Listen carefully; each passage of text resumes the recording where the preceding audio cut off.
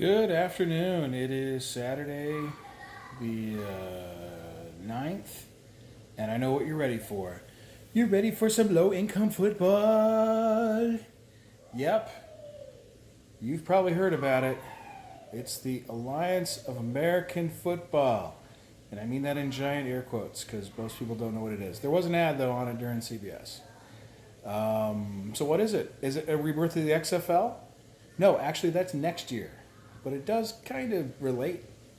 So the Alliance of American Football is another spring league. Much like the XFL 19 years ago, it's a 10-week league with 8 teams, 4 in the East, 4 in the West. Unlike the XFL, these are pretty much all small markets, mostly in the South. 2 teams have a pro team, Arizona and Atlanta. 2 teams temporarily hosted a pro team, San Antonio and Memphis. San Diego, of course, had the Chargers for a long time. Salt Lake City, which has never held a pro football team. And Birmingham and Memphis, which had teams in the XFL. Oh, actually, Memphis was one of those cities. So actually, Orlando is the other one. Yeah, it's that unimportant. So what is the goal of the league? Is it compete against the NFL like the XFL was? No. In fact, the NFL is actually going to be showing some of these games, but they don't have an ownership interest. But Ebersol, who was the president of NBC at the time of the XFL, with Vincent Kennedy McMahon from WWE fame, his son is the organizer of this league. NFL Network will carry some games. CBS will carry some games.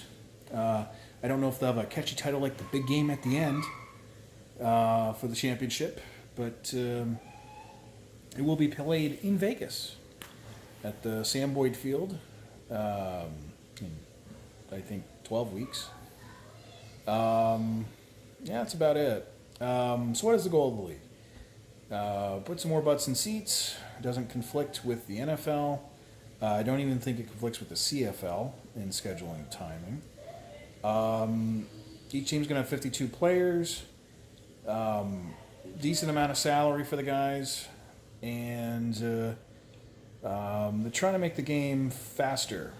So for people that were bored during Super Bowl 53, and that's basically anybody who's not a fan of defensive football, and at the same time doesn't want a game to last 3 hours, that's their goal, is 150 minutes, 2.5 hours.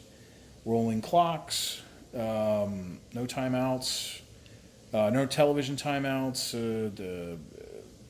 no ads that take up the full screen. So if there's an injury or one now, it'll be a 60% ad like you'd see in a NASCAR race, or occasionally what happens on CBS when they go to commercial. Trying to keep the game faster. Overtime looks stupid. It's basically, if you ever played high school football in New York, you get the ball at the 10 in overtime, and you got 4 plays, except you can't kick a field goal. And after each team gets a possession, if it's still tied, it's a tie. Why not just play the full quarter, 5 minutes, or something? Come on. Okay, whatever. Will any of these guys be household names? Probably not. Will any of them have a name in the back that says, "He hate me"? Probably not. Will this be around next year to compete against the XFL? Probably not.